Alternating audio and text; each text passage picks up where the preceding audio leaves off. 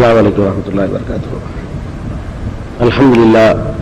الحمد لله نحمده ونستعينه ونستغفره ونؤمن به ونتوكل عليه ونعوذ بالله من شرور أنفسنا ومن سيئات أعمالنا من يهده الله فلا مضل له ومن يضلله فلا هادي له وأشهد أن لا إله إلا الله وحده لا شريك له وأشهد أن محمدا عبده ورسوله أما بعد. கண்ணியத்திற்குரிய எல்லாம் வல்ல அல்லாஹு ஜல்ல ஷானஹு தஆலாவின் நல்லடியார்களே, அல்லாஹுடைய பேரருளால் இந்த புனிதமிக்க ரமலான் மாதத்தில் நபிமார்களுடைய வரலாறு என்ற தொடர் நிகழ்ச்சியிலே நாம் எல்லாம் தொடர்ந்து பங்கெடுத்து வருகிறோம். இந்த நிகழ்ச்சியிலே நேற்றைய தினம் நபி என்ற சொல்லுக்கும் ரசூல் என்ற சொல்லுக்கும் வேறுபாடு உண்டா, நபிமார்கள் வேறு ரசூல்மார்கள் வேறு என்று சொல்லுகிறார்களே, அந்த கூற்றுக்கு ஆதாரங்கள் உண்டா என்பதை பற்றி ஓரளவுக்கு நாம் நேற்றைய தினம் ஆய்வு செய்தோம். அதில் முக்கியமாக நேற்று இறுதியாக நாம் என்ன குறிப்பிட்டோம் என்று சொன்னால், நபிமார்கள் என்றால் அவர்களுக்கு வேதம் இருக்காது, ரசூல்மார்கள் என்று சொன்னால் அவர்களுக்கு வேதம் இருக்கும் என்று சில பேர் வாதிடுகிறார்கள். அவர்கள் வாதம் தவறு. ஏனென்றால் நபிமார்களுக்கு வேதம் கொடுத்ததாக திருமறை குர்ஆன் பல வசனங்களில் சொல்கிறது என்பதை நேற்று இறுதியாக நாம் உங்களுக்கு குர்ஆன் வசனத்தை சொல்லி காட்டி அதை சொன்னோம். இன்னும் சில பேர் என்ன செய்யறாங்கன்னா இதை மாற்றி சொல்றாங்க. அவங்க என்ன சொல்றாங்க கேட்டா, நபிக்கு தான் வேதம் இருக்கு, ரசூல் தான் ஒரு வேதம் இருக்காது. ஏற்கனவே நபிட்டுள்ள வேதத்தை வச்சு ஒரு ஃபாலோ பண்ணுவாரு, ரசூல் வரலாம், நபிகள் நாயகத்துக்கு பிறகு ரசூல் வரலாமே தவிர நபி வர முடியாது, நபி தான் கிரேடு கூடுனது என்றும் அவர்கள் இன்னொரு சாரார் சொல்றாங்க. அவங்க வாதம் சரியானு பாத்தீங்கன்னா அதுவும் தவறு. ஏன்னு கேட்டா, வேதம் கொடுத்ததை பற்றி அல்லாஹ் சொல்லும் பொழுது ரசூல்மார்களுக்கு வேதம் கொடுத்தாங்கிறான். ரசூலை சொல்லிவிட்டு ரசூலுக்கு வேதம் கொடுத்த, நபியை சொல்லிட்டு நபிக்கு வேதம் கொடுத்தாங்கிறான். அப்ப நபி ரசூல் என்பதெல்லாம் ரெண்டும் ஒரே கருத்துடைய சொல்லுவானே தவிர ரெண்டும் ஒண்ணுக்கு ஒண்ணு முரண்பட்டதோ அல்ல அந்தஸ்துல ஒன்றை விட ஒன்று உயர்ந்ததோ அல்ல. அப்படி ஒரு விளைவிக்கணும். அதுக்கு சான்றாக எடுத்துக்கொண்டீர்களேயானால் திருக்குர்ஆனுடைய 4வது அத்தியாயம் 136வது வசனம், இதில் அல்லாஹ் சொல்கிறான், யா அய்யுஹல்லதீன ஆமனூ ஆமினூ பில்லாஹி வ ரசூலிஹி வல் கிதாபில்லதீ நஸ்ஸல அலா ரசூலிஹி. நம்பிக்கையாளர்களே, நீங்கள் அல்லாஹ்வை நம்புங்கள், அவனுடைய தூதரை நம்புங்கள், அவனுடைய ரசூலுக்கு அவன் அருளிய வேதத்தை நம்புங்கள். வல் கிதாபில்லதீ நஸ்ஸல அலா ரசூலிஹி, அவனுடைய ரசூலுக்கு அருளிய வேதத்தை நம்புங்கள் என்று அல்லாஹ் சொல்லி காட்டுகிறான். ரசூலுக்கு வேதம் இருக்கா என்று சொன்ன அந்த இடத்துல நபிங்கிற சொல்ல அல்லாஹ் யூஸ் பண்ணிருக்கான். வேதம் நபி என்ற முறையில தான் கிடைக்குதுன்னு சொன்னா உல் கிதாபில்லதீ நஸ்ஸல அலா நபியிஹி என்று சொல்லியிருக்கிறான். அப்படி அல்லாஹ் சொல்லல, ரசூலுக்கு அனுப்பிய வேதத்தை நம்புங்கள். 4:36 எப்படி இருக்கிறது. அதே மாதிரி 5வது அத்தியாயம் 83வது வசனத்தை எடுத்துக்கொண்டால், ஒய்தா சமிஉ மா உன்சில இல ரசூல் தரா அய்யுனஹும் தஃபீலு மினத் தம்இ மிம்மா அரஃபு மினல் ஹக். நபிகள் நாயகம் ஸல்லல்லாஹு அலைஹி வஸல்லம் காலத்தில் நடந்த ஒரு நிகழ்ச்சியை சொல்லி காட்டுறான். என்ன நிகழ்ச்சின்னு சொன்னா, நபிகள் நாயகம் ஸல்லல்லாஹு அலைஹி வஸல்லம் மதீனாவுக்கு போன பிறகு அவங்க சந்தித்தது யூத கிறிஸ்தவ சமுதாயத்தை சந்திக்கிறாங்க. மக்காவில் இருக்கும்போது பல தெய்வ நம்பிக்கை உடைய மக்களை சந்திச்சாங்க. மதீனாவுக்கு போன பிறகு யாரை பார்க்கிறாங்க கேட்டா, ஈசா அலைஹிஸ்ஸலாத்தை பின்பற்றக்கூடியவர்கள் சொல்லக்கூடிய கிறிஸ்தவ சமுதாயம், மூசா நபியுடைய வழிவந்தவர்கள் சொல்லக்கூடிய யூத சமுதாயம், 2 சமுதாயத்தையும் தான் பார்க்கிறாங்க. அப்ப அந்த சமுதாய மக்களை பொறுத்த வரைக்கும் அவங்களுடைய வேதங்கள்ல இருந்த நபிகள் நாயகத்தை பற்றி அறிஞ்சு வச்சிருந்தாங்க. நபிகள் நாயகத்தை பற்றியான முன்னறிவிப்பு அவங்களுடைய வேதங்கள்ல சொல்லப்பட்டிருக்கிறது. இப்ப இப்ப நிறைய மாற்றங்கள்லாம் செஞ்சு விட்டால் கூட இப்ப இருக்கிற அந்த வேதத்திலேயே நபிகள் நாயகத்தை பற்றி முன்னறிவிப்பு இருக்கிறது என்பதை நம்ம பைபிளில் நபிகள் நாயகம்ங்கிற ஒரு தலைப்பில் நூலாக போட்டுக்கிறோம். அவ்வளவு வசனங்கள் அதுக்கு சான்றா இருக்கிறது. நபிகள் நாயகத்தை பற்றி பைபிள்லையும் யூத கிறிஸ்தவ வேதங்கள்லையும் சொல்லப்பட்டு இருக்கிறது. இன்னும் வசன சான்றா இருக்கு என்று சொல்லி அது தனி நூலாகவே நாங்கள் எழுதியிருக்கிறோம். அதை நீங்க பாத்துக்கலாம். இப்ப பாயிண்ட் என்று கேட்டா, அந்த யூத கிறிஸ்தவ சமுதாயத்தவர்கள் நபிகள் நாயகம் ஸல்லல்லாஹு அலைஹி வஸல்லம் அவர்களை பார்க்க வரும்பொழுது குர்ஆன் வசனத்தை ரசூல் ஸல்லல்லாஹு அலைஹி வஸல்லம் காட்டுவாங்க. நபிகள் நாயகம் ஸல்லல்லாஹு அலைஹி வஸல்லம் அதை கேட்ட உடனே அவர்களுக்கு இறை வார்த்தை தான் அந்த ஸ்டைல் இருக்குல்ல, அவங்களுக்கு வேலை, அதில் உள்ள சொல்லப்படுற செய்தி, அதில் ஆகிரத்தை பற்றி சொல்லப்படும், அதில் சொர்க்கத்தை பற்றி சொல்லுவாங்க, அதன் பிறகு பல்லவ ராஜ்யம் சொல்லுவாங்கல்ல, ஆகிரத்தை சொல்லுவாங்க. இதெல்லாம் ஒரு ஒத்ததா இருந்தவுடனே இதை கேட்டவர்கள் கண்ணீர் வடித்து அழுதார்கள் அப்படின்னு நல்லா சொல்லி காட்டுறான். ரசூல், இந்த ரசூலுக்கு அனுப்பப்பட்டவர்கள் செய்யும் பொழுது தரா ஆயுனஹும் தஃபீலு மினத் தம்இ, கண்கள் இரத்த கண்ணீர் வடிப்பதை காண்கிறீர். உம்மா அரஃபு மினல் ஹக், சத்தியத்தை அவர்கள் அறிந்து வைத்திருக்கிற காரணத்தினால் ஆஹா கரெக்டா தானே இருக்கிற இறை தூதர்கிறாரு இதுதானே நம்ம வேதங்களில் சொல்லப்பட்டிருந்துச்சு என்று விளங்கி அவர்கள் கண்ணீர் அடிப்பார்கள்.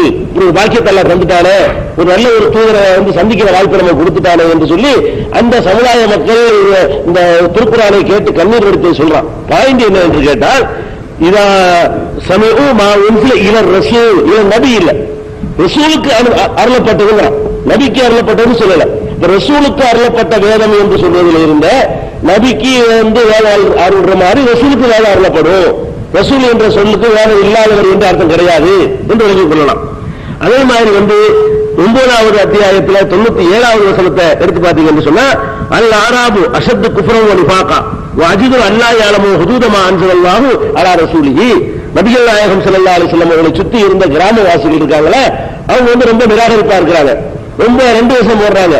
அவர்களை பற்றி அல்லாஹ் சொல்லும்போது சொல்றான், இவர்கள் ரொம்ப கடுமையான நிராகரிப்பிலையும் கடுமையான சந்தர்ப்பவாதிகளாக இருக்கிறார்கள். அவர்கள் அல்லாஹ் தனது தூதருக்கு அனுப்பினால அவருடைய விதிகளை அறியாமல் இருக்கிறார்கள். அல்லாஹ் தனது தூதருக்கு அருளினான், ரசூலுக்கு, நபிக்கு அருளினான்னு சொல்லல, அன்ஸல அலா ரசூலிஹி, தனது ரசூலுக்கு அருளியதை அவர்கள் நம்பாமல் இருக்கிறார்கள் என்று ரசூல் என்றால் வேதம் வரும் என்று அல்லாஹ் சொல்லி காட்டுறான் 9:97.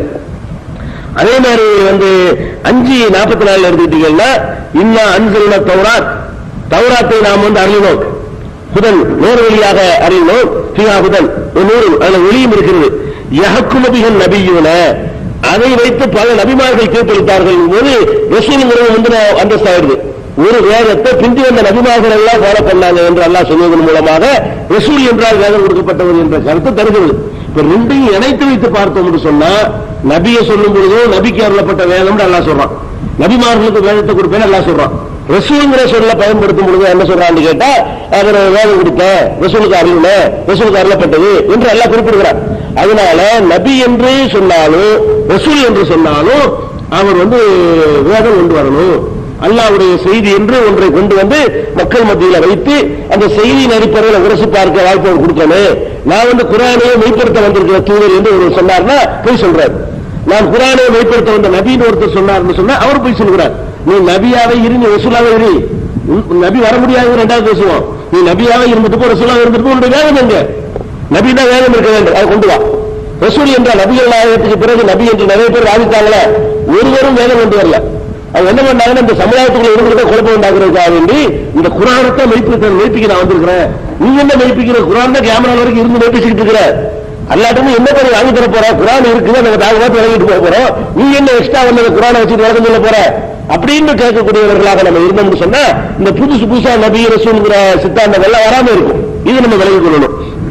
அடுத்து என்னன்னு கேட்டா ரசூல்னு சொன்னா இன்னொரு வியாக்கியானம் சொல்லுவாங்க. ரசூல் என்று சொல்லிட்டு என்னன்னு கேட்டா தனி ஷரியத் அவருக்கு இருக்கும், நபிங்கிறவருக்கு தனி ஷரியத் இருக்காது, அவருக்கு வேதமெல்லாம் வரும். இது வேற வியாக்கியானம். இந்த கருத்துடையவர்கள் என்ன சொல்றாங்கன்னு கேட்டா ரசூல்னு சொன்னா வேதமும் இருக்கும், பிளஸ் அவருக்கு தனி சட்டத்துக்கு இருக்கும். நபின்னு சொன்னா வேதம்லாம் கொடுப்பான், என்ன இருக்கும் ரிமைண்டர் தான், ஏற்கனவே சொன்ன அதே சட்டங்கள் தான் நபிக்கு வருமே தவிர புது சட்டங்கள் ஒன்று வராது. முந்தின ரசூலுக்கு என்ன சட்டமோ அதுதான் அவர் பின்பற்றி வரக்கூடிய நபிமார்களுக்கு இருக்கும் என்று இன்னொரு ஆர்குமெண்ட் பண்ணுவாங்க. அது சரியான்னு பாத்தீங்கன்னா நபிக்கு சரியத்திற்கு குர்ஆன் சொல்லுது, ரசூலுக்கு சரியத்திற்கு சொல்லுது. தனி மார்க்கம் இருக்கிறவருக்கு பேசும்பொழுது நபியினால் அவருக்கு ஒரு சரியத்தை கொடுத்திருக்கோன்னு வருது, ரசூலை சொல்லிவிட்டு அவருக்கு ஒரு சரியத்தை கொடுத்திருக்கோன்னு சொல்லி திருமறை குர்ஆன் சொல்லி காட்டுகிறது. ரசூலுக்கு சரியத்திற்கு என்று தெரிந்து கொள்வதாக இருந்தால் 9வது அத்தியாயத்தில் சூரத்து தௌபாவுல 33வது வசனத்தில் எல்லாம் சொல்ற ஹுவல்லதி அர்ஸல ரசூலஹு பில் ஹுதா, அவன்தான் தனது தூதரை நேர்வழியோடு அனுப்பினான். ரசூலை அர்ஸல ரசூலஹு, தன்னுடைய ரசூலை அனுப்பினான் நேர்வழியோடு. அவன் நிறுத்திக்கல, ஒரு தீனுல் ஹக், சத்தியமான மார்க்கத்தோடு தீனோடு அனுப்பினான். தனி தீன் ரசூலை அனுப்புறான், ஒரு தீனை கொடுத்து உண்மையான மார்க்கத்தை கொடுத்து அனுப்புகிறான். தீன் என்றால் மார்க்கம். அப்ப சத்தியமான மார்க்கத்தை கொடுத்து அனுப்புறேன் சொன்னா ரசூல் என்ற சொல்லோட சத்திய மார்க்கம் அவருக்கு கொடுக்கப்பட்டது என்பதை நினைத்து அல்லாஹ் சொல்றா. ரசூலுக்கு சரியத்திற்கு விளங்குது, ரசூல்னா ஒரு சரியத்திற்கு. இது 9 பத்தி இல்ல. அதே மாதிரி 23:44 அல்லாஹ் சொல்லி காட்டுவான், சும்மா அர்சல்னா ரசூலுனா தத்ரா, பிறகு நம்முடைய தூதர்களை அடுத்து தொடர்ந்து அனுப்பி கொண்டு வந்தோம்.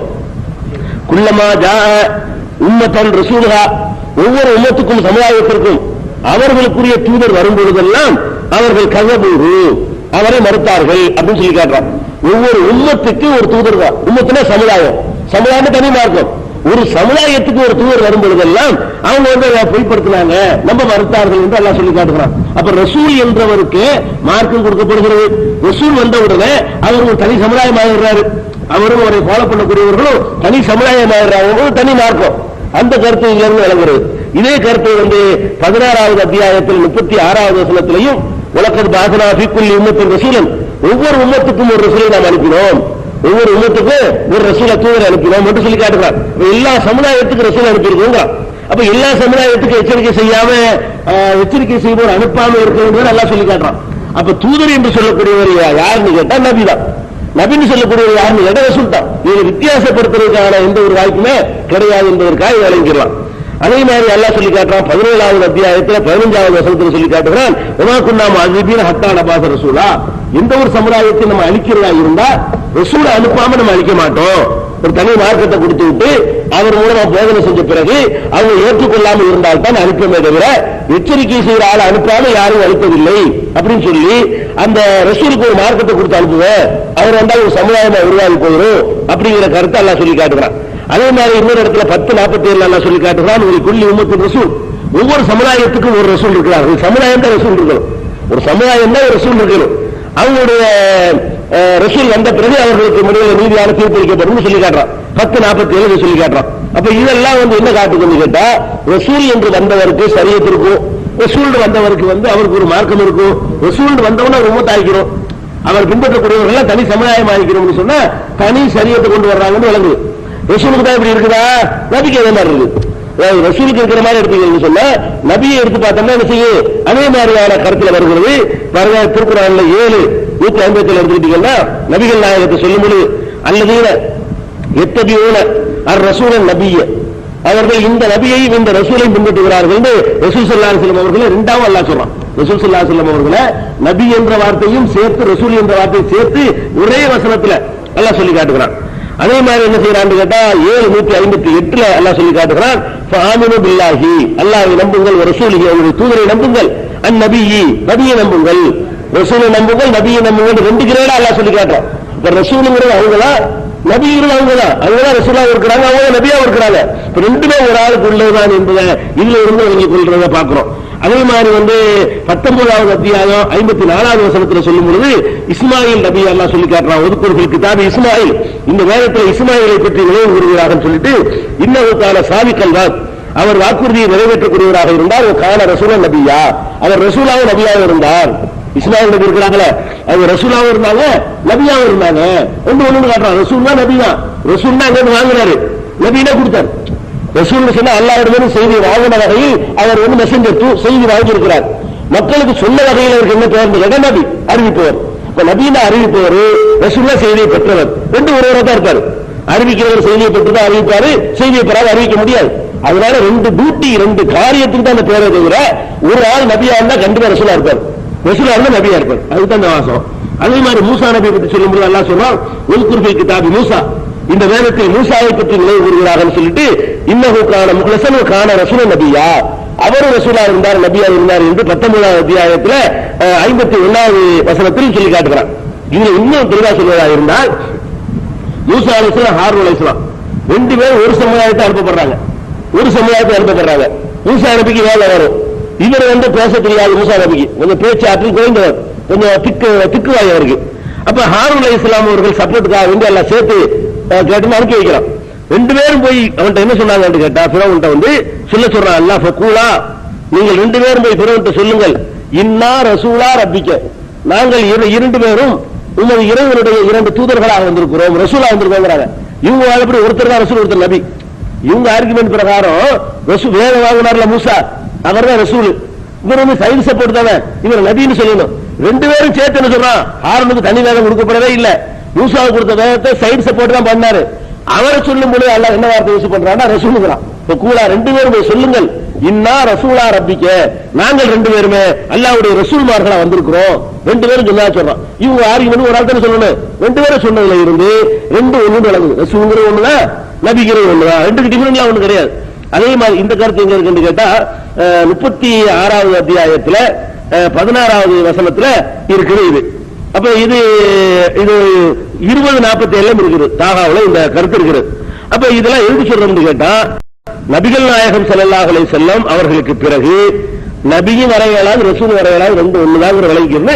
ரசூலுல்லாஹ்வுக்கு பிறகு ஏன் நபி வர இயலாதுங்கிற காரணத்தை நம்ம இந்த தொடர்ல பார்க்க போறோம். அதுக்கு அடுத்து கவனிச்சுக்க வேண்டியது. அதுக்கப்புறம் தெரிந்து கொள்ள வேண்டிய அடுத்த விஷயம், இப்ப இறை தூதர்கள் வர்றாங்க இல்லையா, இறைவனுடைய தூதர்களா இருக்கிறவங்க எப்படி எல்லாம் அனுப்பப்பட்டாங்கன்னு பார்த்தோம்னு சொன்னா, நபிகள் நாயகம் ஸல்லல்லாஹு அலைஹி வஸல்லத்தை தவிர மற்ற காலங்களில் அனுப்பப்பட்ட தூதர்கள் எல்லாம் அந்தந்த பாஷைக்கு ஏற்றவாறு அனுப்பப்பட்டார்கள். நம்ம அதை விளைவிக்கணும். அதாவது ஒரு மொழி அரபு மொழி தான் தேவ பாஷை அப்படின்னு இஸ்லாம் சொல்லவே கிடையாது. உலகத்தில் உள்ள மொழிகள் அரபு மொழி தான் சிறந்த மொழி என்றும் இஸ்லாம் சொல்லவே கிடையாது. இஸ்லாம் தான் முதல் மொழி என்றும் இஸ்லாம் சொல்லவே கிடையாது. மொழியை பொறுத்த வரைக்கும் இஸ்லாத்துக்கு என்ன பார்வை என்று கேட்டா, எல்லா மொழியும் சமம்ங்கிறதா இஸ்லாத்துடைய பார்வை. எந்த மொழியும் சிறந்த மொழிலாம் கிடையாது, எந்த மொழி மட்டமானதும் கிடையாது. எல்லா மொழிகளுமே சமமான அந்தஸ்து கொண்டவைதான். மொழி என்பது நம்முடைய கருத்தை சொல்வதற்குரிய ஒரு சாதனமே தவிர மற்றபடி ஒண்ணும் கிடையாது. தமிழ்லையும் சொல்லலாம், இங்கிலீஷ், எதுவுமே அல்லாஹ்வுக்கு விருப்பான பாஷை கிடையாது. இது இஸ்லாத்தின் நிலைப்பாடு. இதை சொல்வதற்கு அல்லாஹ் என்ன சொல்றான்னு கேட்டா, நபிகள் நாயகத்துக்கு முன்னாடி எந்த ஒரு ரசூலை நாம அனுப்பினாலும் எப்படி அனுப்புவோம்னு கேட்டா, அந்த மக்களுடைய மொழி என்ன என்பதையும் அந்த தூதருடைய மொழி என்ன என்பதையும் பார்த்து தான் நம்ம அனுப்புவோம். எந்த தூதர் அனுப்பினாலும் என்ன இருக்குன்னு கேட்டா, அவருக்கு அந்த மொழி தெரிஞ்சிருக்கணும். யாருக்கு? தூதருக்கு தெரியணும். ரெண்டாவது யாருக்கு தெரியணும் கேட்டா, அந்த மக்கள் எந்த மக்களுக்கு அனுப்பப்படுறாரோ அவங்களுக்கு தெரியணும். அப்ப அந்த காலத்தில் நபி அனுப்பப்பட்டதெல்லாம் இப்ப தமிழ் மக்கள் இருக்கிறோம், தமிழ்நாட்டுக்கு எத்தனை நபிமார்களை அனுப்பியிருப்போம், அனுப்பாமல் விட்டுருக்க மாட்டாங்க. ஏன்னா எந்த சமுதாயமும் நபி எடுக்காமல் விட்டதில்லை குர்ஆன் சொல்லுது. இந்த நிமித்தின் இல்லா கலாபிஹா நதீர், எந்த ஒரு சமுதாயமா இருந்தாலும் எச்சரிக்கை செய்தவர் வந்தே இருக்கிறார்கள். கண்டிப்பா அல்ல அனுப்பியிருக்கிறான். யாருக்கு வேணா நமக்கு தெரியல, தமிழ்நாட்டுக்கு யார் யார் அல்ல அனுப்புனாங்கிறது நமக்கு தெரியல. அதே மாதிரி நபிகள் நாயகத்துக்கு உலகத்துல என்னென்ன பாஷைகளா இருந்துச்சோ எல்லா பாஷையை பேசக்கூடிய மக்களுக்கும் அந்தந்த பாஷையில நபிமார்களை அனுப்பி அந்தந்த பாஷையில வேதங்களையும் அல்லாஹ் கொடுத்தான் என்பதை நம்ம நம்ப வேண்டும். அது திருக்குர்ஆன் எப்படி சொல்லுதுன்னு கேட்டா, 14வது அத்தியாயத்தில் 4வது வசனத்தில் அல்லாஹ் சொல்லி காட்டுகிறான், வமா அர்ஸல்னா மிர் ரசூலின், எந்த ஒரு தூதரை நாம் அனுப்புவதாக இருந்தாலும் இல்லா பிலிசானி கௌமிஹி, அவரது சமுதாயம் பேசுகிற மொழியில் தான் அனுப்புவோம். அவர் எந்த சமுதாயத்தை சந்திக்கிறாரோ அந்த சமுதாயம் பேசுகிற மொழியில் தான் நாம் அனுப்புவோம் என்று திருமறை குர்ஆனில் அல்லாஹ் சொல்லி காட்டுகிறான். அதே மாதிரி சொல்லும் பொழுது நபிகள் நாயகத்தை பத்தி பேசும்போது அல்லாஹ் என்ன சொல்றான்னு கேட்டா, இன்னமா யஸ்ஸர்னாஹு பிலிசானிக லிதுபஷ்ஷிர பிஹில் முத்தகீன, உமல் மொழியில் நான் எளிதாக்கி வைத்திருப்பது எதற்கு என்று கேட்டால், நீ மக்களுக்கு விளக்குவதற்காக. உனக்கு தெரிஞ்ச பாஷையில் இருந்தா தான் உனக்கு விளக்க முடியும். அப்ப அரபியை தேர்ந்ததுக்கு காரணம் என்னன்னு கேட்டா, அரபி சிறந்ததுங்கிறதுக்காக இல்ல, இவருக்கு அரபி தான் தெரியுங்கிறதா காரணம். நபிகள் நாயகம் ஸல்லல்லாஹு அலைஹி வஸல்லம் எந்த மொழி தெரியுதோ அந்த மொழியில் அனுப்பினாதான் அவங்க விளக்கம் கொடுக்க முடியும். அதுக்காகத்தான் நான் உமது மொழியில் அருள் இருக்கிறேன், உமக்கு தெரிஞ்சதுனால அனுப்பி இருக்கிறேன், அரபி சிறந்ததுனால அனுப்பல. உமக்கு மலையாளம் தெரியாது, உமக்கு சிங்களம் தெரியாது, உனக்கு ஆங்கிலம் தெரியாது, உங்களுக்கு தெலுங்கு தெரியாது, ஒண்ணும் தெரியாது, உனக்கு அரபி தான் தெரியும், அதனால அரபு மொழியில் அனுப்பி இருக்கிறேன் என்று அல்லாஹ் சொல்லி காட்டுகிறான். அப்ப நம்ம என்ன நம்பணும் என்று கேட்டால், நபிமார்களை பொறுத்த வரைக்கும் 1400 வருஷத்துக்கு வரைக்கும் நபி கிடையாது. நபிகள் நாயக காலத்திலிருந்து அதுக்கு முந்தைய காலங்களில் எல்லா பகுதிகளுக்கும் எல்லா மொழி பேசக்கூடிய மக்களுக்கும் அந்தந்த மொழி பேசுகிற நபிமார்களும் அந்தந்த மொழியில் வேதங்களும் அருளப்பட்டன. அது யார் என்று எங்களுக்கு தெரியாது, நாங்கள் சொல்ல மாட்டோம். அனுப்பப்பட்டார்கள் என்ற அடிப்படையை நம்ம ஒத்துக்கொள்வோம். அப்படி அனுப்பப்பட்டவங்க தான் கடவுளாக்கி விடுவாங்க.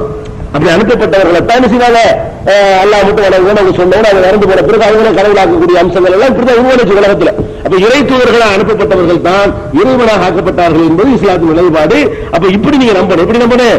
நபி அதாவது அரபு மொழியில மட்டும்தான் வேலை வந்துச்சு கிடையாது. நமக்கே தெரியும் ஹிப்ரு மொழி, ஈசா நபியுடைய மொழி என்ன ஹிப்ரு மொழியில பேசினார், அவர் கூட்டத்தால ஹிப்ரு மொழியில வந்திருக்கும். சிலர் அரமாய்க்கு மொழியில பேசியிருக்கிறாங்களா, அவங்களுக்கு அரமாய்க்கு மொழியில இந்த வேதம் வந்திருக்கும். ஜபூர் வேதம் எல்லாம் அந்த மாதிரி பாஷையில வந்திருக்கும், தௌராத்தெல்லாம் அப்படி வந்திருக்கு.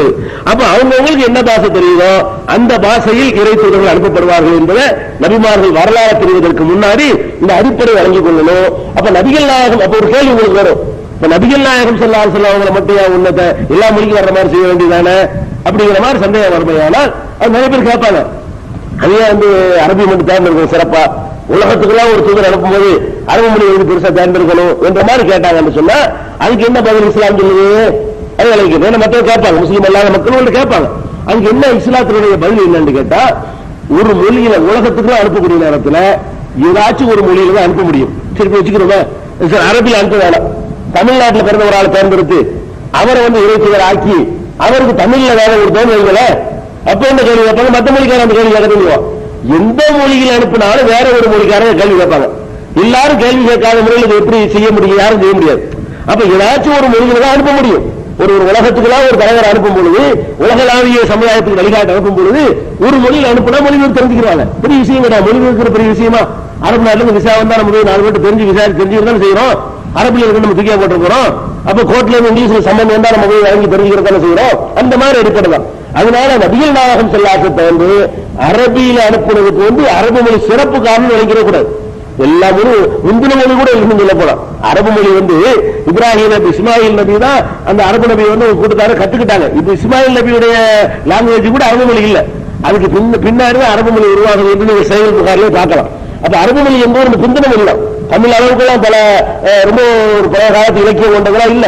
இன்னும் சொல்ல போல அரபு மொழி இலக்கியம் எழுதப்பட்டு இலக்கணங்கள் எழுதப்பட்ட 1200 வருஷம் தான் ஆகுது. இஸ்லாம் வந்த பிறகு அந்த மொழிக்கு இலக்கணம் எழுதுறாங்க. அந்த அளவுக்கு உள்ள ஒரு மொழி தான் அது. அதனால மொழி சிறப்பு என்ற அடிப்படையில் எல்லாம் நம்ம அரபு மொழியில் அருளப்படல.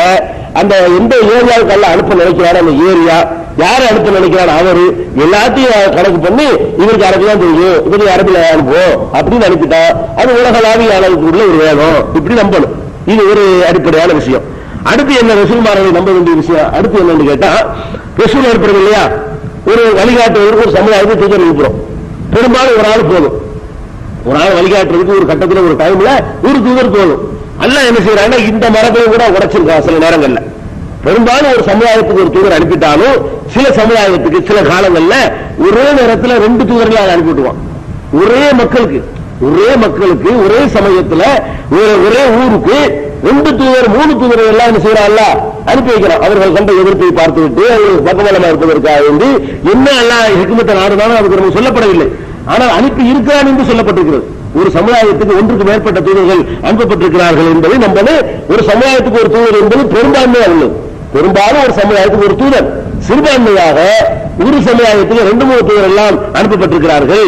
அப்படிங்கிறத திருமலை குர்ஆன் என்ன சொல்லுதுன்னு கேட்டா, யாசின் சூரா நீங்கள் எல்லாம் அடிக்கடி யாசின் சூரா 36வது அத்தியாயம் 14வது வசனத்தில் அல்லாஹ் சொல்கிறான், ஓய்வு லஹும் மஸலன ஸஹாபல் கரியா இஜ்ஜாஹல் முர்ஸலூன்.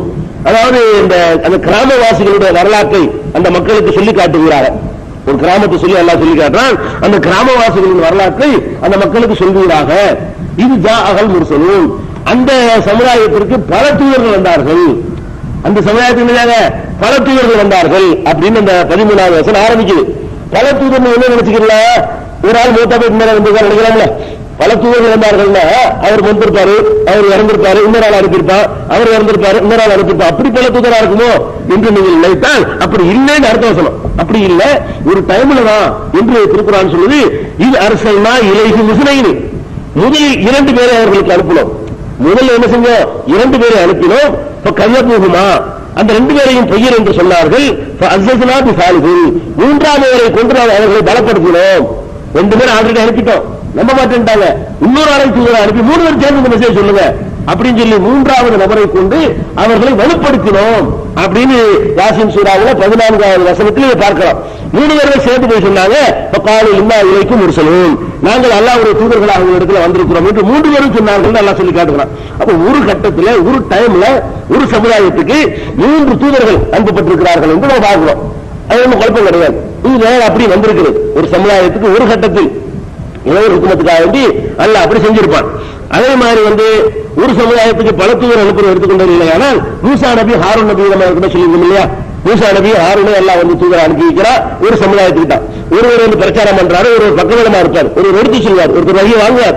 இவருக்கு ஒழுங்கா சொல்ல தெரியாது, அவர் எடுத்து செல்லக்கூடிய வேலை அவர் பார்த்துக்கிறார். அந்த மாதிரியான ஒரு அடிப்படையில 2 பேரை அனுப்பணும் என்று திருக்குறான்ல 28வது அத்தியாயம் 34வது வசனம், 25வது அத்தியாயம் 35வது வசனம், 20வது அத்தியாயம் 29, 30, 31 வசனங்கள். அதே மாதிரி 4வது அத்தியாயம் 163வது வசனம், 19வது அத்தியாயம் 53வது வசனம், 21வது அத்தியாயம் 48வது வசனம். இந்த வசனங்கள்ல எல்லாம் அல்லாஹ் என்ன சொல்றான்னு கேட்டா, மூசா நபியோட சேர்த்து ஹாரூனை நபி அனுப்பினே சொல்றான், ரசூல் அனுப்பினே சொல்றான், வஹி அறிவிச்சே சொல்றான், அவருக்கு வேதத்தை கொடுத்தே சொல்றான். எப்படிலாம் சொல்றான்னு பாத்தீங்கன்னா அல்லாஹ் சொல்லி கேட்டா, இன்ன அல்ஹைனா இலைக்க கமா அல்ஹைனா இலா நூஹி வன் நபிய்யின மின் பாதிஹி வ அல்ஹைனா இலா இப்ராஹீம வ இஸ்மாஈல வ இஸ்ஹாக் வ யாக்கூப் வல் அஸ்பாத் வ ஈசா வ அய்யூப் வ யூனுஸ் வ ஹாரூன் வ சுலைமான். மூசா கூட விட்டுட்டான். இந்த பட்டியலை வாசிக்கும் பொழுது யார் யாருக்கு வேகம் கொடுத்தோம்னு சொல்லக்கூடிய இடத்துல இந்த வசனத்துல 463 வசனத்துல ஐயோ யூனுஸுக்கு அப்புறம் ஹாரூனை சொல்றாங்க தவிர மூசா நபியை சொல்லாமே விட்டுக்கிறோம். அவங்களுக்கு எல்லாம் நம்ம நினைஞ்சிடும் வகி அறிவித்திருக்கிறோம், நம்முடைய தூது செய்தி வழங்கி இருக்கிறோம் ஹாரூனை நபின்னு எல்லாம் சொல்லி காட்டுறான். 1953 என்ன சொல்றான்னு கேட்டா வஹபனாலஹு மிர் ரஹ்மத்தினா அஹாஹு ஹாரூன நபியா, நமது அருளால் அவருடைய சகோதரர் ஹாரூனை நபியாக அவருக்கு வழங்கினோம். சும்மா தொடக்கினா சப்போர்ட்டுக்கு நம்ம அனுப்பல, நபி ஆக்கிதான் அனுப்பல அப்படிங்கிற மாதிரி அல்லாஹ் சொல்லி காட்டுகிறான். இன்னொரு இடத்துல சொல்லி காட்டுகிறான் உலகம் ஆத்தினா மூசாவை ஹாரூனன் ஃபுர்கான், மூசாவுக்கு ஹாரூனுக்கு சேர்த்துதான் ஃபுர்கானை கொடுத்தோம், வேதத்தை கொடுத்தோம். மூசாவுக்கு ஹாரூனுக்கு சேர்த்து வேதத்தை கொடுத்தோம் என்று அல்லாஹ் சொல்லி காட்டுகிறான். அப்ப எந்த சொல்றோம்னு கேட்டா குர்ஆன்ல இருந்து ஆய்வு பண்ணோம்னா 2 சமுதாயத்துக்கு 3 தூதர்கள் 2 தூதர் வந்திருக்காங்க நடந்து. இது மாதிரி எத்தனை செஞ்சா நமக்கு சொல்லப்படல. குர்ஆனில் சொல்லப்பட்ட தகவல் அடிப்படையில் ஒரு சமுதாயத்துக்கு 3 தூதர் ஒரு நேரத்தில் வந்திருக்கிறாங்க, இன்னொரு சமுதாயத்துக்கு ஒரு நேரத்தில் 2 தூதர் வந்திருக்கிறாங்க. இது மாதிரி வேற எத்தனை தூதர் எட்டு வந்தாலும் வேற கிடைக்கல. ஆனா அடிப்படை நம்மளா போதும். அல்லாஹ் பெரும்பாலும் ஒரு தூதரை அனுப்புவான், சில நேரங்களில் 2யோ 3யோ அனுப்பி இருக்கிறான். அது என்ன நமக்கு வரலாறு தெரியல, அப்படி நம்பினா போதும். இந்த அளவுக்கு நம்ம நம்பிக்கொள்ள வேண்டும். இது ஒரு முக்கியமான டாபிக். அடுத்து நம்ம தெரிந்து கொள்ள வேண்டிய விஷயம் என்னன்னு கேட்டா, நபிமார்கள் இருக்கிறாங்க, நபிமார்களுக்கு மத்தியில் எல்லாம் சமமானவர்களா, அவங்களுக்கு மத்தியில் பாரபட்சம் இருக்குதா? இது வழங்கணும்ல. எல்லாம் இறைத்துவர்கள் சொல்லும் பொழுது எல்லாரும் அடிமைகள் வேற சொல்றோம், எல்லாரும் ஈக்குவலான அந்தஸ்து பெற்றவர்களா அல்லது ஒருத்தர் கொஞ்சம் கூட ஒருத்தர் குறைய அப்படிலாம் சொல்லலாமா? அதை பற்றி என்ன சரியான பார்வை என்ன என்று நிறைய பேர் குழப்பம் இருக்கு. சிலருக்கு என்ன செய்யறாங்கன்னா அது எந்த பாரபட்சமும் காட்டக்கூடாது, எல்லாம் ஈக்குவல் தான், எந்த வித்தியாசம் இல்லை என்று சொல்லக்கூடியவங்க இருக்கிறாங்க. இன்னும் சில பேர் என்ன செய்யறாங்க கேட்டா நபிகள் நாயகத்தை தூக்குறவங்க பேர்ல மற்ற நபிக்காரங்களை மட்டும் தட்டி அவங்க ஒண்ணும் இல்ல ஒண்ணும் ஆக மாட்டாங்கிற மாதிரி பேசக்கூடியவர்களும் நம்ம சமுதாயத்தில் இருக்கிறாங்க. இதை பத்தி நம்ம எப்படி தெளிவான பார்வை என்ன, தெளிவான முடிவு என்ன என்று கேட்டால் திருக்குறான் சொல்லி காட்டுகிறது. 2வது அத்தியாயத்தில் 285வது வசனத்தில் எல்லாம் சொல்லி காட்டுகிறான். ஆமன ரசூல் பிமா உன்சில இலைஹி மின் ரப்பிஹி வல் முஃமினூன் குல்லுன் ஆமன பில்லாஹி வ மலாயிகத்திஹி வ குதுபிஹி வ ருசுலிஹி லா நுஃபர்ரிகு பைன அஹதின் மின் ருசுலிஹி. இதுல அல்லாஹ் என்ன சொல்றான்னு கேட்டா ஆமன ரசூல் இந்த தூதர் முஹம்மது நம்புகிறார், பிமா உன்சில இலைஹி அவருக்கு அருளப்பட்டதை அவர் நம்புகிறார், வல் முஃமினூன் நம்பிக்கையை கொண்ட மக்களும் நம்புகிறார்கள், குல்லுன் ஆமன பில்லாஹி அனைவரும் அல்லாஹ்வை நம்புகிறார்கள், மலாயிகத்தில் வேதங்களை வானவர்களை நம்புகிறார்கள், குத்துபிஹி வேதங்களை நம்புகிறார்கள், ஒரு ருசுலிஹி அவருடைய தூதர்களை எல்லாருமே நம்புகிறார்கள். அப்படி சொல்லிவிட்டு நான் ஃபர்ரிகு பைன அஹதி மின் ருசுலிஹி அவருடைய தூதர்களில் எவருக்கு மத்தியிலும் நாங்கள் பாரபட்சம் காட்ட மாட்டோம்.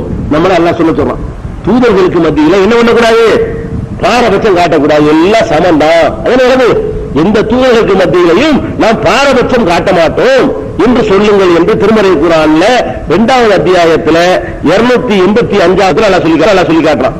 இதே கருத்தை அல்லாஹ் என்ன சொல்றான்னு கேட்டா நிறைய நபிமார்கள் பேரை பட்டியல் போட்டு விட்டுட்டு அதுல சொல்லி காட்டுறான். 236 என்ன சொல்றான்னு கேட்டா கூலு நீங்கள் சொல்லுங்கள், நமக்கு ஆர்டர் என்ன சொல்லணுமா, ஆமன்னா பில்லாஹி அல்லாஹ்வை நம்பினோம், வமா உன்சில இலைனா எங்களுக்கு அருளப்பட்டது குர்ஆனை நம்பினோம், வமா உன்சில இலா இப்ராஹிம் இப்ராஹிமுக்கு அருளப்பட்டதையும், இஸ்மாயிலுக்கு அருளப்பட்டதையும், இஸ்ஹாக்கு அருளப்பட்டதையும், யாக்கூபுக்கு அருளப்பட்டதையும், அஸ்பாத் அவருடைய வழித்தோன்றல்களுக்கு அருளப்பட்டதையும், வமா ஊத்திய மூசா ஈசா மூசாவுக்கும் ஈசாவுக்கும் வழங்கப்பட்டதையும், வமா ஊத்திய நபியுன மின் ரப்பிஹிம் நபிமார்களுக்கு தங்கள் இறைவன் புறத்திலிருந்து வழங்கப்பட்டதையும் நாங்கள் நம்புகிறோம் என்று சொல்லிட்டு லா நுஃபர்ரிகு பைன அஹதி மின்ஹும் அவர்களில் எவருக்கு மத்தியிலும் நாங்கள் பாரபட்சம் காட்ட மாட்டோம் என்றும் சொல்லுங்கள்.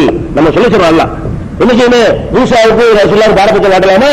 2 அல்லாஹ்வுக்கு தூதர் 2 இறைவனால் தேர்ந்தெடுக்கப்பட்டவர்கள் அவர் பாரபட்சம் காட்ட மாட்டோம்னு சொல்லுங்க என்று அல்லாஹ் என்ன செய்யறான் திருமறை குர்ஆன்ல நம்ம சொல்லி காட்டுறோம். 236 அதே மாதிரி 3வது அத்தியாயத்துல 84வது வசனத்திலையும் இதே மாதிரி ஏறக்குறைய கூணுங்க தன்மையா இல்லாத ஒருமையா குல் இதுபோல நீ சொல்லு, முதல்ல நீங்கள் சொல்லுங்க நமக்கு சொல்லப்பட்டது, இது மக்களுக்கு சொல்லாம நபிகள் நாயகத்துக்கு அல்லாஹ் சொல்றான் குல் ஆமன்னா பில்லாஹ் அல்லாஹ்வை நம்பினோம் என்று சொல், வமா உன்சில அலைனா எங்களுக்கு அருளப்பட்டதை நம்பினோம் என்று சொல், வமா உன்சில இப்ராஹிம் இஸ்மாயில் இஸ்ஹாக் யாக்கூப் வல் அஸ்பாத் இப்ராஹிம் இஸ்மாயில் இஸ்ஹாக் யாக்கூப் அவருடைய வழித்தோன்றல்களுக்கு அருளப்பட்டதையும் நம்பினோம் என்று சொல், வமா ஊத்திய மூசா ஈசா நபியுன மின் ரப்பிஹிம் மூசா ஈசா மற்ற நபிமார்கள் எல்லாம் இறைவனுக்கு வழங்கப்பட்டார்களே அதை நம்பினோம் என்று சொல்லுங்கள் என்று சொல்லிட்டு லா நுஃபர்ரிகு பைன அஹதி மின்ஹும் அவர்களில் ஒருவருக்கிடையிலும் கூட நாம் என்ன செய்ய மாட்டோம், பாரபட்சம் காட்டவே மாட்டோம், எல்லாரும் சமமாக தான் நாங்கள் நடத்துவோம், இந்த பாரபட்சம் இல்லை என்று சொல்லுமாறு திருமறை குர்ஆன்ல 3 வசனங்கள் இருக்குது.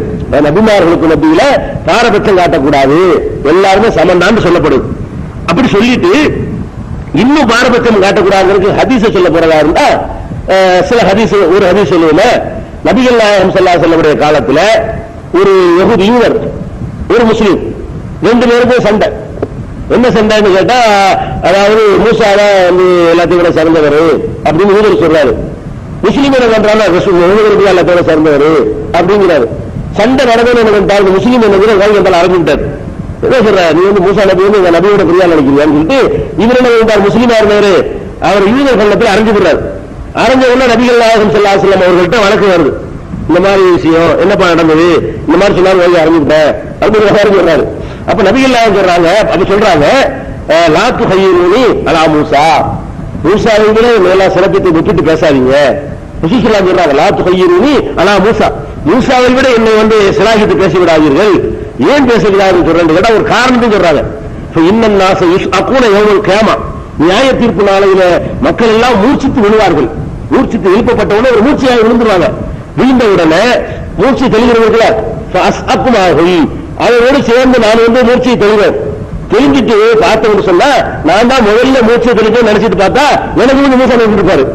நபியா சொல்றாங்க, நான் தான் முதல்ல எந்திரிச்சு வந்தாலும் நினைச்சு பார்த்தோம்னு சொன்னா எனக்கு முன்னாடி என்ன செய்யறாரு, அவர் மூர்ச்சியாக இருப்பார்கள். ரசூலுல்லாஹ் சொல்லுவோம் அவ்வளவு யஃபீக், முதலில் மூர்ச்சி எழுந்து நான் தான் என்று நினைக்கும் பொழுது மூசா பாத்திஷுன் ஜானிபல் அரசு, அரசுக்கு பக்கத்துல அவர் பிடிச்சு கொண்டு நிற்கிறாரு. எனக்கு முன்னாடி ஆரம்பிக்கிறார், தலைவருக்கு ஃபர்ஸ்ட் அவர் நிற்கிறார். எல்லாம் மூர்ச்சியாயாச்சு. அது ரசூலுல்லாஹ் சொல்றாங்க, முதல்ல தான் மூர்ச்சியாகி எந்திரிச்சுட்டாரா, அது ஏற்கனவே ஒரு மூர்ச்சியா வச்சார்ல இல்ல, அந்த கணக்கு தீர்ந்துட்டு மூர்ச்சி ஆகணும் நின்றார் அவரு. அது எனக்கு தெரியல.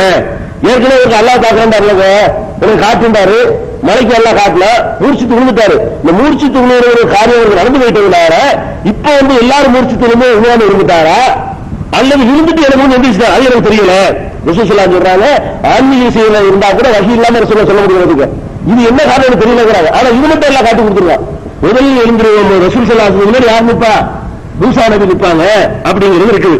அதுக்கப்புறம் வந்து இது எங்க இருக்குன்னு கேட்டா, இந்த சம்பவம் சஹீஹ் புகாரியில 2411, 3408, 3415, 6517, 7472 ஆகிய ஹதீசுகள்ல இந்த கணத்தில் அறிஞ்ச சம்பவமும் மறுமையில வந்து எனக்கு வந்து மூசா நிற்பாரு என்ற சம்பவமும் சஹீஹுல் புகாரியில் இடம்பெற்றிருக்கிறது. அப்போ நபியோட கம்பேர் பண்ணிட்டு என்னை சிறப்பித்து சொல்லிடாதீங்க அப்படின்னு சொல்லிட்டாங்களா, இதுவாச்சும் பரவாயில்லை, இதுவாச்சும் பரவாயில்லை. இதுக்கு மேல வர்றதை பாருங்க, என்ன வருதுன்னு கேட்டா, அதாவது இதே சம்பவத்தை கொஞ்சம் கூடுதலான விவரத்தோட 3162 புகாரில தான், சஹீஹுல் புகாரில 3162 அந்த ஹதீஸ்ல நபிகள் நாயகம் ஸல்லல்லாஹு அலைஹி வஸல்லம் சொல்றாங்க, நான் வந்து மூசா முதல்ல முடிச்சுவார் இல்லையா, இந்த சம்பவத்தை சொல்லிவிட்டு சொல்லுவாங்க, வலா அகூலு இன்ன அஹதன் அஃதல மின் யூனுஸ் பிரமதா, எவரும் யூனுஸை விட கூட நான் சிறந்தவன் என்று நான் சொல்ல மாட்டேன். யூனுஸ் சொல்றாங்க, திருக்குறான்ல ரொம்ப கண்டிக்கப்பட்டவர் யூனுஸ் நபி. இருக்கிற நபிமார்கள்லயே அதிகமாக கண்டிக்கப்பட்டவர் யாரு, யூனுஸ் நபி தான் எல்லாம் கண்டிக்கிறான். ஏன்னா வந்து கோச்சிட்டு போனாரு, பல கண்டவங்க சொல்லியாச்சு. அப்ப இந்த யூனுஸ் நபியை வந்து பின்பற்றாத எல்லாம் சொல்றான். இப்படிலாம் சொல்றதுனால யூனுஸ் நபியை விட வேண்டாம் ரசூலுல்லாஹ் சிறந்தன்னு சொல்லலாமான்னு நினைக்கிறோம். அதையும் சொல்லாங்கிறாங்க. அது குறைச்சி சொல்லுவாருன்னா யூனுஸ் நபி தான் சொல்ல முடியும். அவர் வேணா அல்லாஹ்வுடைய கடுகணத்துக்கு ஆளா இருக்கிறாரு, அவரை விட நீங்க சிறப்பிக்க கூடாது. யூனுஸ் நபியை விட கூட என்னை சிறப்பிக்க கூடாது என்று நபிகள் நாயகம் ஸல்லல்லாஹு அலைஹி வஸல்லம் சொன்னதாக 3162 ஹதீஸ் புகாரில பார்க்கலாம். அப்ப நபிமார்களுக்கு மத்தியில பாரபட்சம் காட்டக்கூடாது என்பதற்கு உள்ள ஆதாரங்கள் இதெல்லாம் உள்ளது. அது மாதிரி என்ன செய்யுது கேட்டா, இன்னொரு சம்பவம் சஹீஹ் முஸ்லிம்ல வரக்கூடிய சம்பவம், நபிகள் நாயகம் ஸல்லல்லாஹு அலைஹி வஸல்லம் சொல்றாங்க, நமக்கு சில நேரங்கள்ல அல்லாஹ் நம்பினாலும் ஒரு நேரம் இல்லாட்டி ஒரு நேரத்தில் திரும்ப சந்தேகம் வரும். அல்லாஹ் கரெக்டா நம்புவோம், நிச்சயமா அல்லாஹ் இருக்கிறானே, இவ்வளவு சோதிக்கிறானே, நம்ம இன்னும் கேட்டு பார்த்துட்டோமே, இவங்க நடக்க மாட்டாங்க, ஒரு சைத்தான் செய்வான், அப்படி ஒரு பல்ட்டை வந்து உண்டாக்குவான். சில நேரத்தில் அது வந்து உடனே மாறிக்கணும். இது வராத யாருமே இருந்தது இல்லை. நபிகள் நாயகம் சொல்றாங்க, அதாவது இப்ராஹிம் வந்து எவ்வளவு பெரிய ஆளு, நபிகள் நாயகம் சொல்றாங்க இப்ராஹிம் வந்து எவ்வளவு பெரிய ஆளு, அவர் சந்தேகப்பட்டு காட்டுன்னு கேட்டாங்க, நம்ம எல்லாம் பண்றது என்ன இருக்கிறாங்க. அதாவது அவர் வந்து என்ன செய்யறாருன்னா, ரப்பி அருளி கைப்பற்றி மூத்தாண்டாரு, அல்லாஹ் வந்து இறந்தவர்களை உயிர்ப்பித்தான் என்பதை எல்லாரும் நம்பி ஆகணும். நீங்க நம்ம நான் நம்பணும், நபிமார்கள் கண்டிப்பா நம்பணும், உறுதியா நம்பணும். அவர் என்ன கேட்டார் அல்லாஹ்விடத்துல, இறைவா நீங்க இறந்தவர்களை எவ்வாறு உயிர்ப்பிக்கிறாய் என்பதை செஞ்சு எனக்கு காட்டு அப்படிங்கிறார். ரப்பி அருளி கைப்பற்றி மூத்தா, அல்லாஹ் கேட்கிறான், கால அலம் தூமி நீ நம்பலையான்னு கேட்கிறான். அவர் என்ன சொல்றாரு, பலா வலாக்கின் எத்தனை இந்த கல்வி என் இதயம் அமைதி நம்போதான் செஞ்சிருக்கிறேன், இன்னும் கொஞ்சம் நான் ஸ்ட்ராங் ஆகிக்கிறேன் ஆகிட்டான் நம்பிக்கையே இல்லாம இல்ல, நீங்க நல்லா கண்டாவ தெரிஞ்சுக்கிறோம் அப்படின்னு 4 பறவை எடுத்து எல்லாம் அது இப்ராஹிம் நபி வரலாறு கேட்டீங்க. இன்னொரு சம்பவங்கள்லாம் நம்ம வளர்க்க போல பாயிண்ட் மட்டும் தான். இப்ராஹிம் நபி அவர்களுக்கு நிகழ்ந்த அற்புதத்தை வந்து நம்ம இப்ராஹிம் நபி வரலாறுல பாத்துக்கிறோம். என்ன பாயிண்ட் கேட்டா, இது நம்பிட்டு போக வேண்டியது அவரே கேட்டாரு. எல்லாம் உயிராக்க வேண்டாம், உயிராக்க நம்பிட்டு போக வேண்டியதானங்க, உணவு படைச்சு வச்சுக்கிறவன், சூரியனை படைச்சு சந்திரனை படைக்கிறவன், நம்மள உயிர் கொடுத்தவன், இது 2வது கஷ்டமா அப்படின்னு போயிருக்கலாம். அவர் என்ன பண்றாருன்னா, நல்லா கொஞ்சம் கன்ஃபார்ம் பண்ணிக்கிறேன், இன்னும் கொஞ்சம் உறுதிப்படுத்திக்கிறேன்னு கேட்கிறாரு. அவர் ரசூலுல்லாஹி சொல்றாங்க, அவரே அப்படி சொன்னா நமக்கு அவரே பெரிய விஷயமா? இப்ராஹிம் நபி எப்படி தன்னையோட பேசுகிறாங்க. இப்ராஹிம் நபி எவ்வளவு பெரிய ஆளு, அவருக்கு இந்த மாதிரி வந்து கொஞ்சம் ஒரு லேசா ஒரு சலனம் ஏற்பட்டிருக்குன்னு சொன்னா அது மனிதனுக்கு இருக்கும். இந்த தன்மைகள் எடுக்கப்பட்டு யாருமே இருக்க மாட்டாங்க, எல்லாரும் வரும். அதுக்கான முடிவாக எடுக்கக்கூடாது. எல்லாத்துக்கும் அவருக்கு முடிவு கொடுக்கிறவனுக்கு இருக்கு, உங்களுக்கும் இருக்கும். இந்த மாதிரி சின்ன ஒரு சைத்தாவால வரும், அவருக்கு இல்லாத சைத்தா நபி போயிட்டு இருக்க வேண்டியதான். இந்த மாதிரி ஒரு சின்ன ஒரு சலனங்கள் வராம யாரும் இருக்க முடியாது. இது நபிகள் நாயகம் சொல்றாங்க. அது எப்படி சொல்றாங்கன்னு கேட்டா, நஹ்னு அஹக்கு பிஷ்ஷக்கி மின் இப்ராஹிம், நான் வந்து இப்ராஹிமோட சந்தேகப்படுவதற்கு அதிக தகுதியானவர்கள். அவரே சந்தேகப்பட்டிருக்காருன்னு கேட்டா நாம சந்தேகப்படுவதற்கு அதிகமாக தகுதி இருக்குது. இது கால ரத்தி கைத தொகையில் மூத்தாண்டு கேட்டார அப்ப சந்தேகப்பட்டார். அதை விட நமக்கு ரைட் இருக்கணும், அவருக்கு மட்டுமா இருக்கிறார், அவரே பெற்றிருக்கணும், நம்மள ஏமாத்துறோம் அப்படின்னு சொல்லி நபிகள் நாயகம் ஸல்லல்லாஹு அலைஹி வஸல்லம் அவர்கள் சொல்லி காட்டுறாங்க. அதே மாதிரி ஒரு யூசுப் நபியை பற்றி பேசும்போது சொல்றாங்க, அதே ஹதீஸ்லயே சஹீஹ் முஸ்லிம்ல 4369வது ஹதீஸ். அதை சொல்றாங்க, யூசுப் நபி பேசும்போது அவர் ஜெயிலில் அடைக்கப்பட்டார். பல வருஷங்கள் ஜெயிலில் அடைக்கப்பட்டவன ரொம்ப காலம் இருந்துட்டாரு. பல சினிண்ட் எல்லாம் சொல்றான், பல வருடங்கள் ஜெயில இருந்துட்டாரு, தங்கி விட்டாருங்க. பின்னாடி வந்து விசாரித்த பிறகு ஒரு நிரபராதிமார் தெரிஞ்சு அந்த கனவுக்கு விளக்கம் சொல்வதற்காக வேண்டி அவரை கூட்டிட்டு சொல்லுவாங்க. அவர் கூட்டிட்டு வாங்க, நான் வந்து அவரை விசாரிக்க வேண்டியிருக்குது அப்படின்னு மன்னர் சொல்லுவாரு. ஜெயில இருந்த அவரை போய் கூப்பிடுவாங்க, நான் கூப்பிடுறாருன்னு சொல்லிட்டு அவர் என்ன செய்வாரு தெரியுமா, நிரபராதி நிரூபிச்சா வெளியே வருவான். நீ கூப்பிட வர மாட்டா, குற்றம் உள்ள வச்சிருக்கீங்களா, நிரபராதி என்பதை நிரூபித்த பிறகுதான் வெளியே வருவதே தவிர உன் தேவைக்காக நான் வெளியே வரமாட்டேன். நிரபரா நான் குற்றவாளியா இல்லைன்னு நிரூபிக்கணும், அது வரைக்கும் நான் வெளியே வரமாட்டேங்கிறார். அதுக்கப்புறம் தான் கூப்பிட்டு விசாரணை நடத்தி நாம பொம்பளை கொண்டு வச்சு விசாரிச்சு தப்பு அந்த பொம்பளை மேலதான் இவர் மேல இனிமேங்கிறது கன்ஃபார்ம் ஆன பிறகுதான் வெளியே வந்தாரு. நபிகள் நாயகம் சொல்லும் பொழுது பொறுமையில் அந்த கடல் அவர் இருந்த ஆண்டுகளுக்கு நான் சிறையில் இருந்தா நான் வெளியே வந்திருப்பேன். நபிகள் நாயகம் என்ன சொல்றாங்கன்னு கேட்டா, அவர் இருந்த அத்தனை வருஷத்துக்கு என்ன போட்டிருந்தாங்கன்னு சொன்னா அழைச்சவனை எப்படா ரிலீஸ் ஆகும் இருப்பேன். ஜெயில இருந்தாலும் தான் பெரிய ஒரு அனுபவம். 3 நாள் கூட ஆட்டம் கன்று ஜெயில இருந்து வெளியே வர்றது பெரிய ஒரு ரிலீஃப் மாதிரி தெரியும். அப்ப நபிகள் நாயகம் என்ன சொல்றாங்கன்னு கேட்டா, உலக லபிச ஃபி சிஜ்னி தூலமா லபிச யூசுப் அஜத்து தாய உலக லபிஸ்து, நான் யூசுப் இருந்த நீண்ட காலத்திற்கு நீண்ட வருடங்களுக்கு நான் சிறையில் தள்ளப்பட்டு இருந்தால் வெளியே வந்தா போய் நிரூபிச்சு சொல்ல மாட்டேன், வெளியே விடு போதும் என்று நான் வந்திருப்பேன். அந்த மனுஷன் ரொம்ப பெருமையா இருந்தாரு. அப்ப ரசூல் ஸல்லல்லாஹு அலைஹி வஸல்லம் யாரை புகழ்றாங்க, யூசுப் நபியை வந்து தனக்கு மேலங்கிறாங்க. அவர் மாதிரிலாம் நான் கூட பொறுமையா இருக்க முடியாது, அவர் ரொம்ப ஸ்டடியா இத்தனை வருஷம் இருந்த பிறகு கூட வெளியே ஒரு மார்க்கப்படி தப்பில்லை, வெளியே வந்திருக்கலாம். அவரு வெளியே வந்து இருக்கலாம், வராம இருக்கலாம், மார்க்கத்தில் எந்த ஒரு மிஸ்டேக்கும் இல்லை, 2ல எது செஞ்சாலும் சுமத்திட்டு போன நான் மறுமையில பாத்துக்கிறேன்னு வந்துடலாம். அவர் பொறுமையை சொல்றாங்க. ஜெயில இருக்கிற ஒரு பெருசா தெரியல பத்தியா, இன்னும் 10 வருஷம் நாள் இருப்ப ப்ரூவ் பண்ணி வெளியே வரும், குற்றவாளியா வெளியே வரமாட்டான், உனக்காக சல்ல வர தயாரா இல்ல என்று சொன்னாரு பாருங்க. அதுல வந்து அவரு ரொம்ப உறுதியா இருந்துட்டாரு அப்படின்னு சொல்றாரு. அதே மாதிரி வந்து லூத் நபியை பத்தி சொல்லும்போது ரசூலுல்லாஹி சொல்றாங்க, லூத்துக்கு அல்ல அருள் புரியட்டு. என்ன அருள் புரியட்டு, அவர் பலமான சதீர் பலமான ஒரு பிடிமானத்தின் பக்கம் அவர் சாய்ந்து கொண்டார், அல்லாஹ்வின் பக்கம் உறுதியாக நின்று விட்டாரு, கொஞ்சம் கலங்கல அப்படின்னு ரசூலுல்லாஹி ஒரு ஹதீஸ்லயே 3 பேரை பற்றியும் சிலாகித்து புகழ்ந்து சொல்கிறார்கள். அப்ப இப்ராஹிம் நபியுடைய அவங்க சந்தேகப்பட்டதை விட நான் வந்து ரொம்ப சந்தேகப்பட்டிருக்கிற ஆள் தான். யூசுப் நபி அளவுக்கு நான் பொறுமையான ஆள் இல்ல. இதை காட்டுது நபிமார்களுக்கு மத்தியில் கம்பேர் பண்ணிக்கிட்டு அது மாதிரி பண்றது சப்புன்னு விளங்குது. இதெல்லாம் விளங்கிட்டோமா அப்படின்னு சொன்னா இதுக்கு மாற்று கருத்து உள்ள மாதிரி சில வசனங்கள் சில ஹதீஸ்கள் உங்களுக்கு வரும். ஒன்னும் குழப்பம் தேவையில்லை. அதை மாற்றாக நம்ம வந்து விளங்காதனால மாற்றமா நினைக்கிறோம். கொஞ்சம் மேலோட்டமா பார்க்கணும், கொஞ்சம் ஆழமா பார்த்தோம்னா கரெக்டா ஒண்ணு விளங்கிடும். அதுல என்ன இருக்குன்னு கேட்டா அல்லாஹ் சொல்லி காட்டுறான் சூரத்துல் பக்ராவுடைய 2வது அத்தியாயத்துல 253வது வசனத்தில் அல்லாஹ் சொல்லி காட்டுகிறான், தில்கர் ருசுலு 3வது ஜுஸு ஆரம்பம்.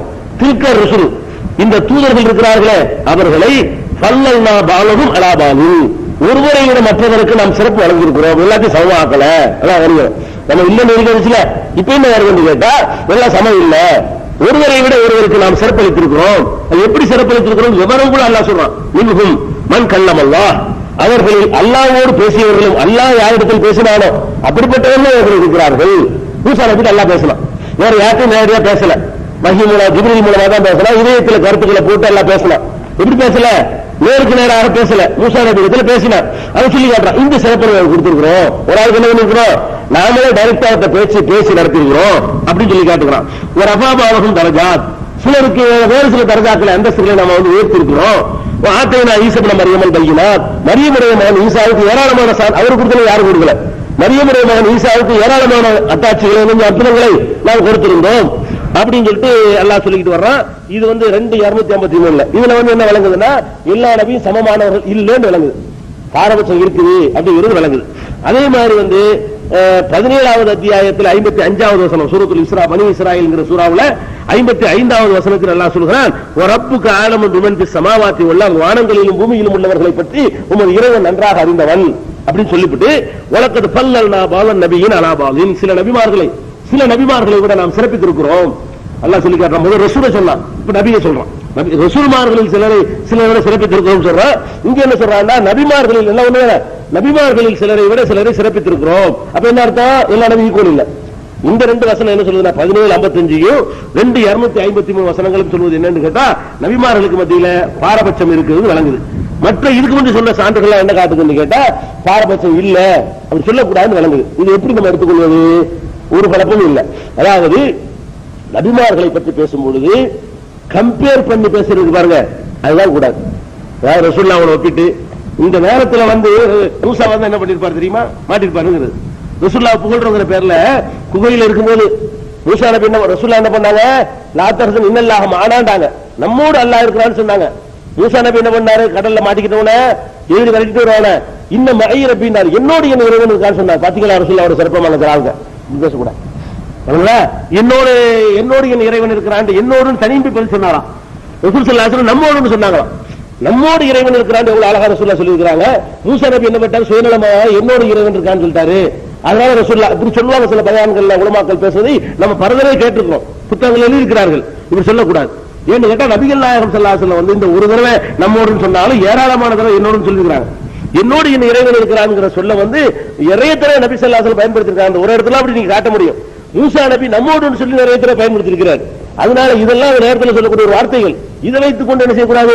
மூசா நபி இவ்வளவு அழகா சொன்னாரு, இவரு இப்படி சொன்னாரு, இந்த மாதிரி கம்பேர் பண்ணி ஒருவரோடு ஒருவரை ஒப்பிட்டு சிறப்பிக்கிறது கூடாது. என்ன நமக்கு அனுமதி இருக்குன்னு கேட்டா, அல்லாஹ்வா எந்த சிறப்பை கொடுத்ததாக குர்ஆன்ல சொல்றானோ, அல்லது நபிகள் நாயகம் ஸல்லல்லாஹு அலைஹி வஸல்லம் அவர்களாக எந்த சிறப்பு ஒருவருக்கு இருக்குன்னு சொல்றாங்களோ, அந்த சிறப்பை சொல்லி காட்டி இந்த சிறப்பு இவருக்கு தான் இருக்குது, இது வேற யாருக்கும் கொடுக்கல அப்படின்னு சொல்லணும். இறை தூதர்களை பொறுத்த வரைக்கும் ஒரு இறை தூதரும் அல்லாஹ்விலிருந்து வந்த வகையை மறைக்கல. எவரால் மறைச்சார் நீங்க சொல்லுவீங்களா? மறைக்கல. இந்த உலகத்துல ஏராளமான துன்பங்கள் அனுபவிச்சாங்களே, அதுக்காக தளர்ந்துட்டாங்கன்னு சொல்லுவீங்களா? ரசூலுல்லாஹ் தளரல, யாரும் தளரல. நபிகள் நாயகம் ஸல்லல்லாஹு அலைஹி வஸல்லம் தளரல, ஒரு தூதரும் தளரல. வந்த வகையை மறைச்சிட்டாங்கன்னு சொல்லுவீங்களா? மறைச்சிட்டாங்கன்னு சொல்ல முடியாது. இப்ப உலகத்துக்குலாம் ரசூலுல்லாஹ் தூதரா இருக்கிறாங்கன்னு கேட்டா, அல்லாஹ் ஆக்குனதால இருந்தாங்க. அந்த இடத்துல வேற ஒரு ஆள் ஆக்கியிருந்தா அவரையும் அல்லாஹ் போய் ஆக்கியிருப்பான். அல்லாஹ் வந்து முஹம்மது ஸல்லல்லாஹு அலைஹி வஸல்லத்துக்கு அவனா சின்ன வட்டம் போட்டு கொடுத்தான். அதனால அதுக்குள்ள இருந்தாரு. மூசா நபிக்கு ஒரு சின்ன சமுதாயத்தை போட்டு கொடுத்து இதுக்குள்ள பாத்துக்கண்டா, அதுக்குள்ள பாத்துக்கிட்டாரு. ஈசா நபிக்கு ஒரு வனிசா இதுக்குள்ள பாத்துக்கிட்டாரு. இவங்களுக்கு பெரிய வட்டத்தை எல்லாம் போட்டு விட்டான். அப்ப நம்ம என்ன நினைக்கணும்? அல்லாஹ் ஒருவரை சூஸ் பண்ணி தேர்ந்தெடுக்கிறான்னு சொன்னா அவர் எல்லா வகையிலும் தகுதியா, நம்ம தகுதி மாதிரி நம்ம தேர்வு மாதிரி எடுத்துக்க கூடாது, கரெக்டா அல்லாஹ் தேர்வு செய்வான் அப்படின்னு எடுத்துக்கொள்ளணும். அப்ப நபிகள் நாயகம் ஸல்லல்லாஹு அலைஹி வஸல்லம் பதிலா ஈசா நபி அல்லாஹ் அந்த இடத்துல நியமிச்சிருந்தான்னு சொன்னா அவரும் இதே மாதிரி அழகா பண்ணிருப்பார். அந்த இடத்துல மூசா நபியை உலக நபியா அல்லாஹ் ஆக்கியிருந்தான்னு சொன்னா அவரும் இதே மாதிரி தான் பண்ணிருக்காரு. அவரும் பயந்துட மாட்டாரு, அவரும் விளம்ப மாட்டாரு, அவரும் தீய செய்து அஞ்ச மாட்டாரு, அவரும் கரெக்டா தான் பண்ணிருப்பாரு. இப்படி எந்த அல்லாஹ்வுடைய செலக்ஷன்ஸோட வந்துடும் இல்லைங்க. பாகுபாடு காட்டினீங்கன்னா தகுதி இல்லாத தேர்ந்தெடுக்காம வந்துடும். 100% எல்லாரும் தகுதியானவர்களா இருந்தார்கள், அதை நம்ம நம்பணும். அந்த பாரபட்சம் காட்டக்கூடாது. எல்லா தூதர்களுமே வஹியைத்தான் சொன்னார்கள், வந்த வஹியை மறைக்கல, சொல்லும் போது ஏற்படக்கூடிய இன்னல்களுக்காக வேண்டி வளைஞ்சிடல, மார்க்கத்தை காவு கொடுத்துடல, அட்ஜஸ்ட்மெண்ட் பண்ணல, காம்ப்ரமைஸ் கொள்கையில காம்ப்ரமைஸ் வச்சுக்கல, அப்படிங்கிற மாதிரி கொள்கை எடுத்துக்கிட்டீங்கன்னா எல்லா நபி ஒரே மாதிரி தான். யாரும் அவங்க கொடுத்த ஏரியாவோட கரெக்டா பண்ணிட்டு போயிட்டாங்க. ஒரு ஆளு சின்ன பாண்டிச்சேரி முதலமைச்சர் பாண்டிச்சேரி மட்டும் பாப்பாரு, தமிழ்நாடு முதலமைச்சர் பாப்பாரு, பாண்டிச்சேரி சின்ன அதுக்கு என்ன பண்றது, அவர் கொடுத்தது அவ்வளவுதான். பாண்டிச்சேரி முதலமைச்சர் நம்ம மദ്രാസിல பாதி கூட இருக்காது, அதுக்கு ஒரு அது ஒரு மாநிலம், அதுக்கு ஒரு முதலமைச்சர் இருக்கிறோம். தமிழ்நாடு அதோட பெருசா இருக்குது. அப்ப வந்து இது மாதிரி உள்ளதுதான். அந்த மாதிரி எல்லாம் நியமிச்சு விட்டா அவர் அந்த வேலையை அவர் கரெக்டா செஞ்சாரு வரும் இல்லையா? அந்த மாதிரி நம்ம எடுத்துக்கொள்ளணும். நபிமார்கள் பத்தியில இந்த மாதிரி பாரபட்சம் பண்ணக்கூடாது. கம்பேர் பண்ணி எந்த காலம் பேசக்கூடாது. எந்த நபி பேசுறாண்டாலும் ஈசா நபிக்கு இந்த சிறப்பை கொடுத்தான்னு நிறுத்திக்கணும். நபிகள் நாயகத்துக்கு இந்த சிறப்பை கொடுத்தான், அதாவது நபிகள் நாயகத்துக்கு கொடுத்த எத்தனை சிறப்புகள் மற்ற நபி கொடுக்கல, மற்ற நபி கொடுத்த எத்தனை சிறப்புகள் நபிகள் நாயகத்துக்கு கொடுக்கல.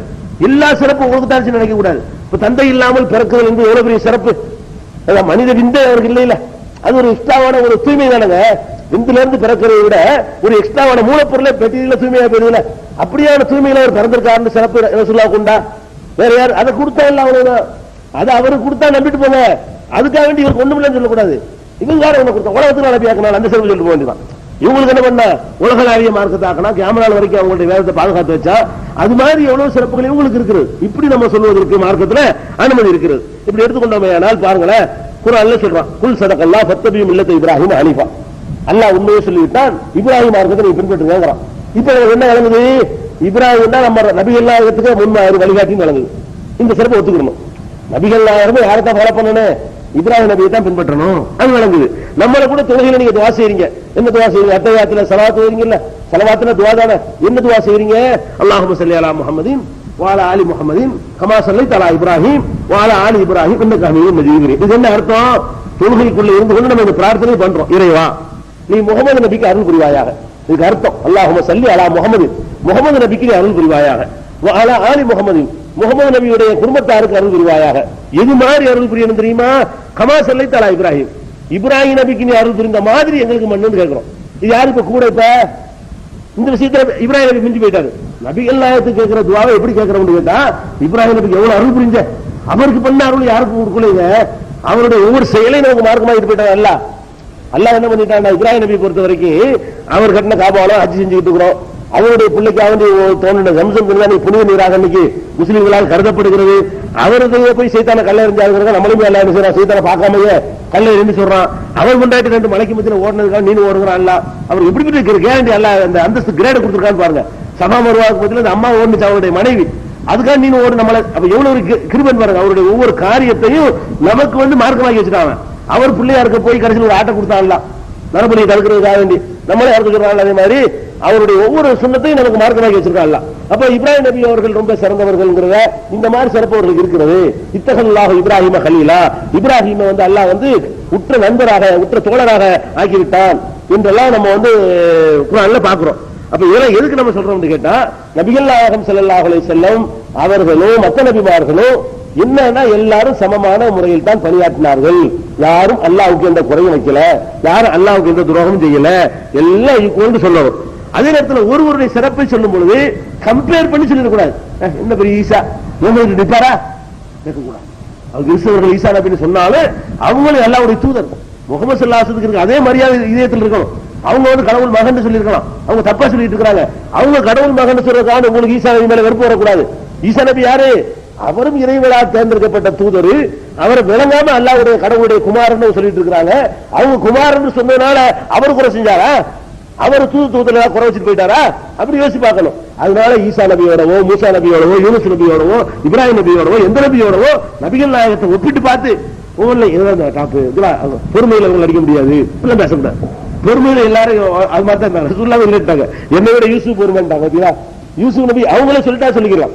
அல்லாஹ் ஒரு ரசூல் சொன்ன சிறப்புகளை நாம் சொல்லலாம், என்ன நாமளாக சிறப்பிக்கல அல்லாஹ் சொல்றோம்.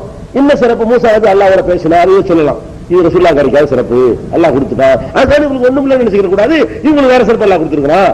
மக்காம மஹமூதுல்லா அல்லாஹ் எழுப்புவான்னு சொல்றான். அசா ரப்புக ஐயபாசக மக்காம மஹமூதா, புகழக்கூடிய ஒரு இடத்தில் மறுமையில தனி அந்தஸ்து கொடுத்து அல்லாஹ் எழுப்புவாங்கிறான். இது வேற யாருக்கு அல்லாஹ் கொடுக்கல. இன்னும் ஆத்திராக்கள் கௌசர், கௌசருங்கிற ஒரு தடாகத்தை உமக்கு தந்த மாதிரி யாருக்கு அல்லாஹ் கொடுக்கல. கௌசருங்கிற தடாகத்தை தந்தவன்னு சொல்றான், மறுமையில மஸ்தர்ல கொடுப்பான். இப்படியான சில கிரேடுகள் நபி ஸல்லல்லாஹு அலைஹி வஸல்லம் கொடுத்தாங்கன்னா அதை நாம் சொல்வதற்கு மார்க்கத்தில் அனுமதி இருக்கு, சொல்லணும். ரசூலுல்லாஹ்வுக்கு அந்த சிறப்புகளை சொல்லணும். ஆனா எப்படி சொல்லக்கூடாது, எல்லாமே உங்கள மத்த எல்லாம் மத்தன்ற கூடாது, எல்லாம் 100க்கு 100 உங்களா, பாக்கி எல்லாம் ஃபெயில்ன்ற கூடாது. எல்லாம் 100க்கு 100, எல்லாம் 190 தான். எல்லாரும் 10 குறைச்சா வச்சுக்கலாம். 100% உள்ள 50 சிறப்பு எல்லாரும் கொடுக்கல. அப்படிங்கிற அடிப்படையில் தான் நம்ம நபிமார்களை பற்றி விளங்கிக் கொள்ள வேண்டும்.